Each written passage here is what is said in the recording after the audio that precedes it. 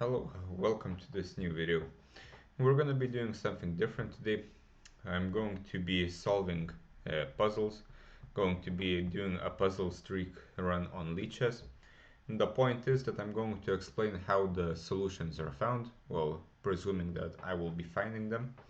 And hopefully this helps you not only solve puzzles in your own training, but also it will hopefully will help you think more concretely and more correctly during your own games. The big focus will be on forcing moves, of course. And basically, well, not basically, but all of the solutions will involve forcing moves. So this will be checks firstly, then captures, and attacks, or more broadly, threats. Threats of checkmate, threats of taking the queen, and other type of threats. So these are the most important moves in chess, and we will be trying to find them and systematically work through each exercise until the correct answer appears. And of course, whenever the answer is correct, it may be quite obvious that the answer is correct. So to get the most out of this video, I would suggest before every exercise, pausing the video and trying to find the solution yourself. And let's go. So the first exercises are of course quite easy. Here, most of you can see probably by now, there's a fork here. So let's not overthink it, and let's win the queen. We're going to the next one, and again, now we can look for checks, captures, and attacks. Where are the checks? Well, here are the checks. This is a check as well. This is bad. This is bad. And the rook h6 seems like checkmate after bishop h5. Rook takes h5.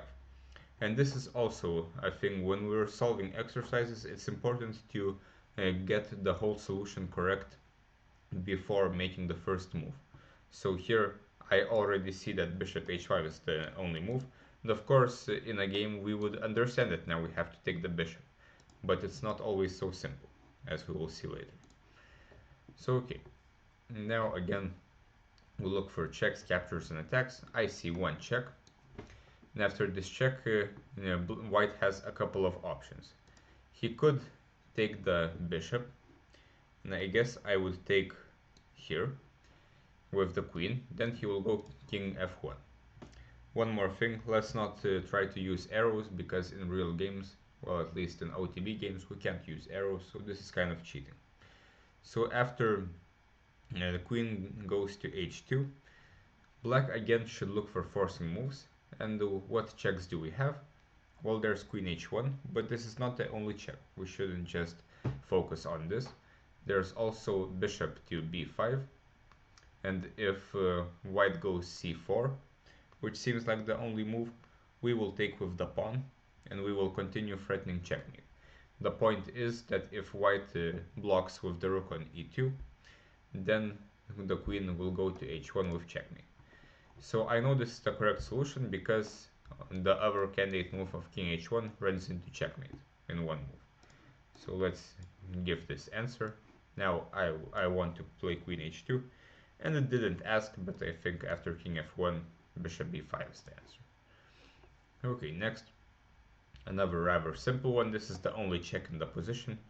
Black's only answer is king h8, and queen g7 is checkmate. So let's do this. Next is this one. Again, where are the checks? Also, let's notice our queen is attacked, but this won't matter if we give a check. So bishop takes c6 check, pawn takes, queen takes. Then if the rook blocks, then this will be checkmate on h7 at the end. So the king should go to g7 or h8. If it goes to h8, then bishop b2 looks crushing. Otherwise, if it goes to g7, bishop b2, king h6, and queen h3. Looks like forced checkmate. So let's do it. And yeah, again, we're kind of over calculating here, but after this, I wanted to play here. The point being that after this, there's queen h3 checkmate. Okay, what's the next one?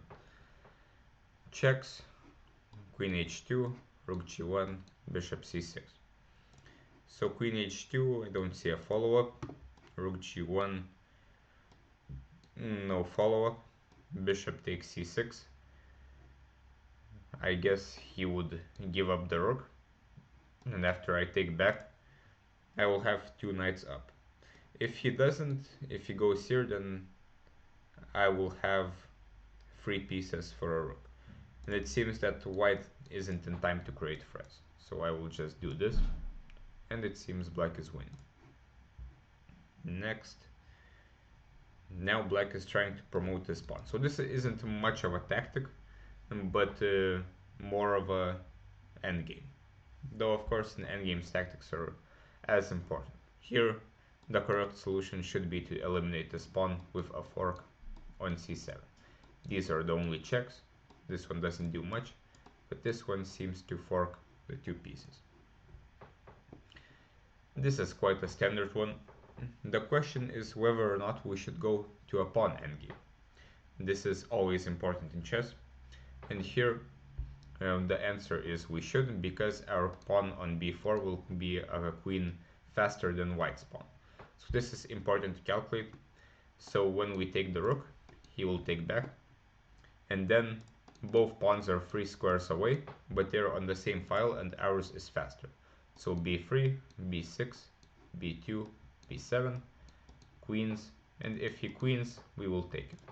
So this is simple enough. If the king takes, then the pawn is just slower. So black is winning. Here, checks, captures, attacks. We can see one check. White will have to take. Then what checks do we have again? There's bishop d4 or there's queen e1. Queen e1 looks more to the point. After queen e1, white has only one legal move, which is queen f1. And again, what checks do we have there? Well, bishop d4 makes the king go to h1, after which we can take the queen. So this is also simple enough. And black checkmates. So far the exercises were quite simple. Hopefully they get more difficult soon. Here, also one more thing, it's important to, whenever it's not about checkmate, we have to look at material. Because for example, if we are down a rook, usually winning an exchange wouldn't be enough as a guideline. But okay, here it's black to move. Checks don't seem to do much. We can give up the queen to get the queen back, but we're going to lose a knight. So next is captures, and when we look for captures, we look from the biggest to the smallest captures. So we can take a rook. This doesn't do much. We'll lose a queen. Take a knight? No. And then we can take a lot of pawns. There are a lot of pawn captures. We can get rid of them quite quickly. This doesn't do much. This is the only interesting capture, which also forks the queen and rook. And this would also be an attack. And also when we have a combination of forcing moves, which means a move that is not only an attack, not only a check, but also a capture, then this is usually a move worth considering.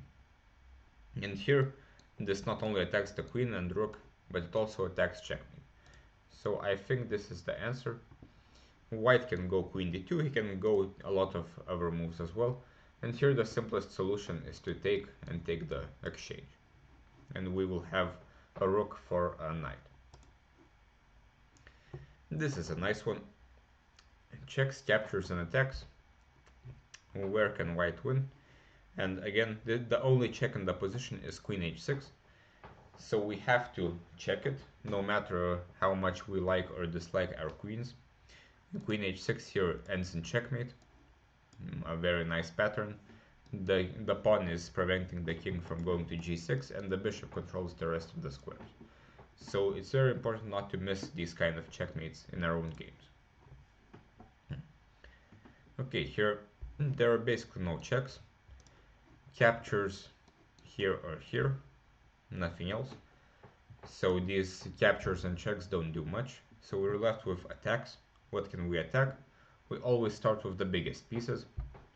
How can we attack the queen? Well, this is not very effective, but the bishop can attack the queen. And as you can see, the queen is actually skewered to the bishop on c4. So we will win a bishop.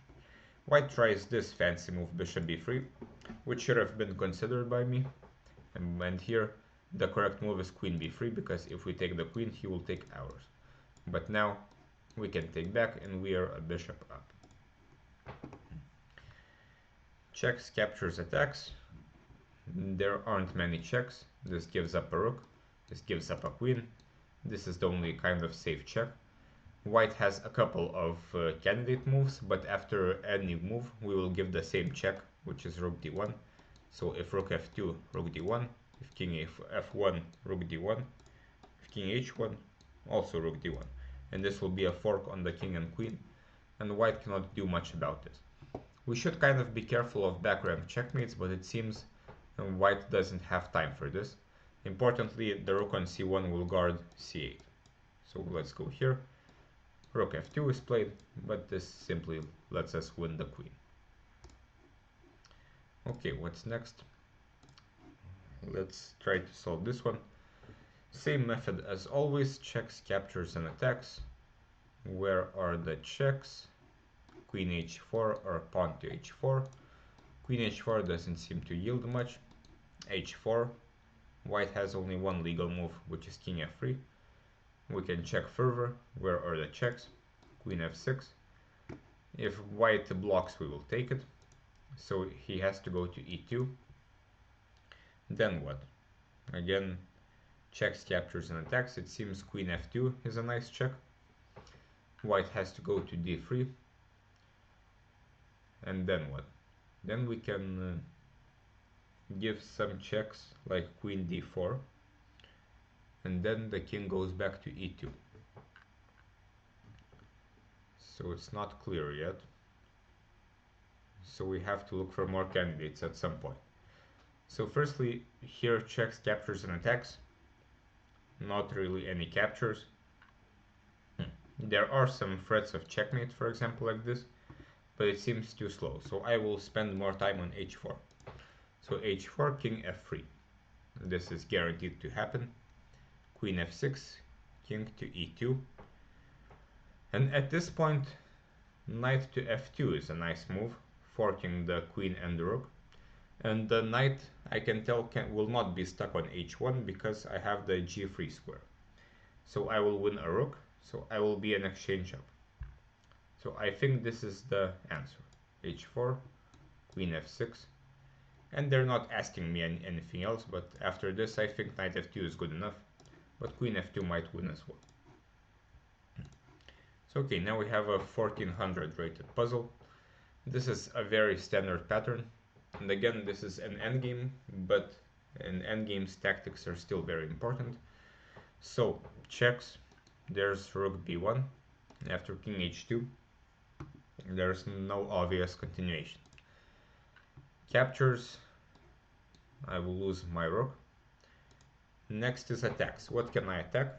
And this is another sort of tricky part. What is an attack? Well, it's a threat. We can attack the rook technically, but this won't work. There's not much else to attack.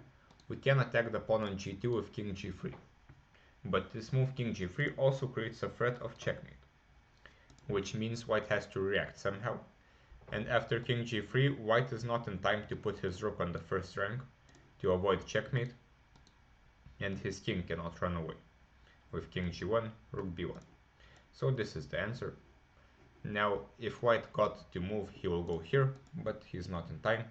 I will take the rook, and black wins. Next, checks, captures, attacks. So the checks don't seem to obviously work. Here I will lose the bishop, here I will also lose the bishop. Next is captures. What can I capture? I can capture the bishop, I can capture the knight, I can capture this pawn, and also knight d5. So let's start with the bigger pieces, bishop and knight. So if I take this one, I guess he will take my bishop, and I can't see a good follow-up there. No interesting forcing moves there. If here, he will recapture either with the pawn or with the queen. I don't see any other moves for black. And after either of these, I will take the knight. and I will have a piece up. So this must be the answer. Oh, this is correct. Checks, captures, and attacks. Checks, here, here. No more checks. After rook g8, rook takes g8. No obvious follow-up. After rook h7, king h7. Next check, queen g7. Simple checkmate. Next. Same thing as usual. Checks, captures, and attacks. Checks are here, here, here. So exchanging queens doesn't seem interesting. So let's take a look at something else. If bishop a4, black has a lot of options. He can block with the knight in two ways, with the pawn, with the bishop. So it doesn't seem obvious, but after bishop f7 this is more interesting. So the king cannot take because I will take the queen. That will be a capture and I will win a queen. So king e7 is the only move to calculate. And then checks, captures, and attacks. If I take the queen, he will take back. What checks do I have? There is bishop a3 check, after which it seems black cannot block because I will take it. And the king cannot keep defending the queen, so I will win the queen. So this seems simple enough. Let's take on f7. And he just took back, so this is simple enough. Let's take. Next. Right, checks, captures, attacks. Well, I only see one check. This one loses the queen, so queen g5. Then black has three candidate moves, right? King f7, king h8, and king h7. After king f7, where are the checks, captures, and attacks? Well, there are checks with the queen, like queen h5. And the rook can also check, rook e7, and this would be checkmate. Otherwise, if the king goes to h7 or h8, it seems rook h2 is checkmate, also a check. So let's go. Also correct. Okay, let's do one more. Checks, captures, and attacks. And here, let's have a look at the capture on e3 first, because this is a check. The king will take back. Then what checks do I have? Knight g4, knight d5. Doesn't seem to lead to much. What other candidates do I have? The knight can give two checks. Knight e4 and knight g4. So let's take a look at these ones. Knight e4, white will recapture with the knight, as the f-pawn is pinned to this rook. But if knight g4, white cannot take this knight. And I am not only attacking the king, but also the bishop, which is already attacked once. So on the next move, I will take the bishop with my knight. I'm assuming king e2 will be played, or king g3, but it doesn't matter much. I will take the free bishop. So checks, I usually win. And there we go. So we solved 20 tactics here. All of them were below 1600 Lichess puzzle rating. And hopefully this was useful for the lower level players. And hopefully you enjoyed the video. So thanks for watching and stay tuned.